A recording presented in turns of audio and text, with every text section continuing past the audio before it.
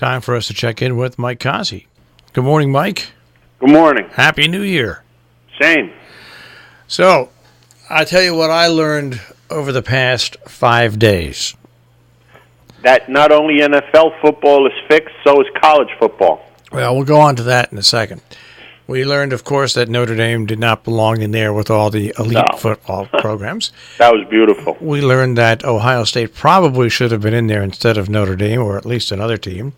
And we also learned that after 24 wins in a row over the past 2 years, the University of Central Florida is a very good football team. Nah. They are just, no, let me finish. They are not just a very good football team that can face the likes of the SEC, the Big Ten, or whatever. They're like Notre Dame. They can beat the people that they can beat, but when it comes to playing the elite teams, they fall flat on their face. They got a couple calls went that way that made this game a lot closer than it should have been. First of all, the call that was a pick six on the right side of the, I think the 5-yard line. The defensive back grabbed the receiver by his shoulder pad, pulled him to the ground on a cut, and then made the pick six. And there was a couple other plays that went their way that led to points. LSU called in the dogs. They had a couple of injuries during the game on a already decimated defense. Yeah, a couple. Yeah, 4 more injuries on top of a decimated defense. And if LSU was healthy, this game would have been probably like a 63-7 game. Like you said, they can play against the little guys, but they can't play the big guys.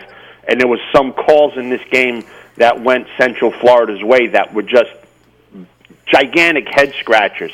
Like when they called the targeting against LSU, but they didn't call targeting against Central Florida when that guy basically laid out the quarterback. I don't know if you saw that play or not. Yeah, the whole thing about these teams, and congratulations to them when they win, they go undefeated and stuff like that. Hey, no one's saying that, hey, that's great. You beat everybody that was put in front of you. But you're still not as good as the other teams. That's it. But it's got to come into consideration when you're going to pick teams for the national championship. That has to be a weighted decision. And getting back to what you were saying about the national championship, that maybe Ohio State should have been in it, I thought so too for about 35 minutes. And then all of a sudden, Urban Meyer said, I'm leaving here? How many points am I getting with Washington? Let's fold up the tent. Ohio State was going on to one of the easiest of wins. Yeah. And yes, they did win. However, the betting line was 6.5, and Washington, who couldn't get out of their own way, losing 28-3, scored 3 touchdowns in the fourth quarter, and to lose by 5. Yeah. And what was that line I said? 6.5. Yeah. Thank you. Yeah, no wonder why Urban Meyer was smiling. This guy's as crooked as Al Capone. So, so watch that game. And then last night in the final game, Georgia was a no-show. It's obvious. Georgia is a better football team than that. Georgia had Alabama beat. Yeah. Georgia had Alabama beat in the SEC championship. And they never recovered from losing that. They never recovered from losing it. They got smashed early by Texas, never recovered, end of game. That's the problem with these games. I mean, they don't mean anything to some of these kids anymore, and it was evident in the Georgia game. The Ohio State game, watching it against Washington when Ohio State, all they needed was a couple of first downs on their last 3 possessions to ice it. Didn't get it, and you could almost see a smirk on the quarterback's face for Ohio State. If anybody didn't think Urban Meyer ran a dirty program, you should watch that game over, and any doubts you had be put to sleep, because they laid down like dogs in that last quarter, and it just happened to get the spread. All right, the other big thing since the last time we talked, 25% of the NFL coaches have been fired. There should be more fired. I know, 25% though. That's the biggest. How does that clown in Pittsburgh still have a job? Well, we'll see what happens there. But this is. They've never had that many coaches fired before the first games of the playoffs in the history of the league. Well, they should be. There's no reason why they shouldn't be fired. Yeah, you're right. No, and there should be more. Yeah, there should be more. I can't believe the Pittsburgh coach isn't fired. Well, we'll see what happens with that. I wonder if it has anything to do with the Pittsburgh and the Rooney Rule. I don't know. We'll see what happens with that. A friend of mine said that to me yesterday, and it might hold some water because he can't keep that lion cage tame anymore. Now you got Antonio Brown blowing up with Roethlisberger. Here it is, a game that you have to win in the last game of the year, and Antonio Brown's not playing, and nobody can find out the real reason why he's not playing. Yeah. I mean, if you're a Steeler fan, you want somebody's head on the platter. All right, so where else are we going to go now? The Yankees signed Troy Tulowitzki. Okay, first of all, you have to spell the name, and second of all, you have to tell me where he came from, and you have to tell me Toronto. He played with the not the White Sox, the Rockies. He was a good shortstop when he was with Toronto the first time. He's got the same kind of injuries that Cespedes has on his heels. He's coming back from that.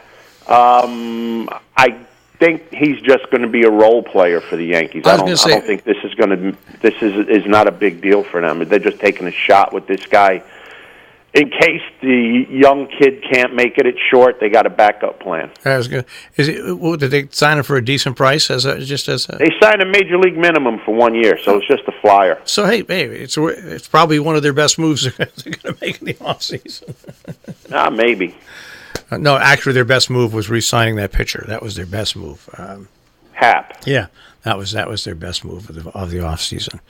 And then listening to people on TV, according to what I'm hearing, the Knicks are losing on purpose. What? Yeah, they're losing on purpose. Why?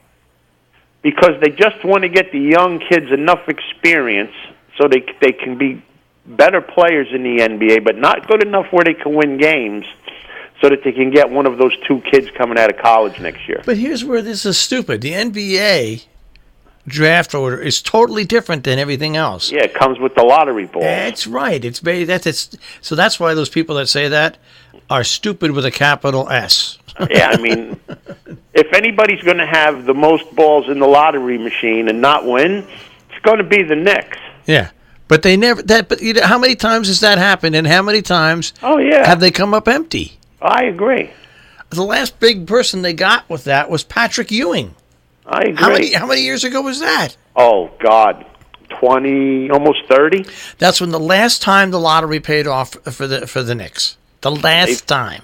And they've been bad many of those years in between. Yeah, it's pretty interesting, some of the things you hear, is the theories of why things are happening. The Knicks are lousy because they have a lousy organization. It's plain and simple. They're so good that they can intentionally lose. Now for the first time in 30 years that they're losing, they're intentionally losing. All you have to be, and this is no lie, and I don't take any necessarily joy in it. All you have to be is a New York Giant fan and live through the 25 years when the management was fighting with one another and they didn't have a capable general manager and they had 25 years of lousy football. And the NFL couldn't stand anymore to have one of their major franchises being a laughingstock, and they stepped in, put George Young in there, got some order in there, and they started to win again. Mm-hmm. Just take a look at the Knicks. It's the same thing. It's the exact same thing. It's from the management on down. It's not even the players' fault anymore. The players are put out there to lose by the Knicks. To lose. You don't have your computer on the NBA standings, do you? No. Okay, good. Can you? I'll bet you a pizza. Who's leading the East Conference and who's leading the West Conference?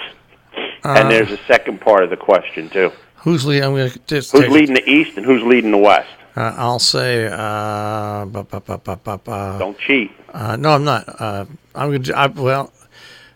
I'll say Philadelphia's leading the East and Golden State's leading the West. Wrong on both, old wise one. Who is the Milwaukee Bucks and the Denver Nuggets. All right. And who has the worst record in basketball? And I'll give you a hint. It's not the Knicks.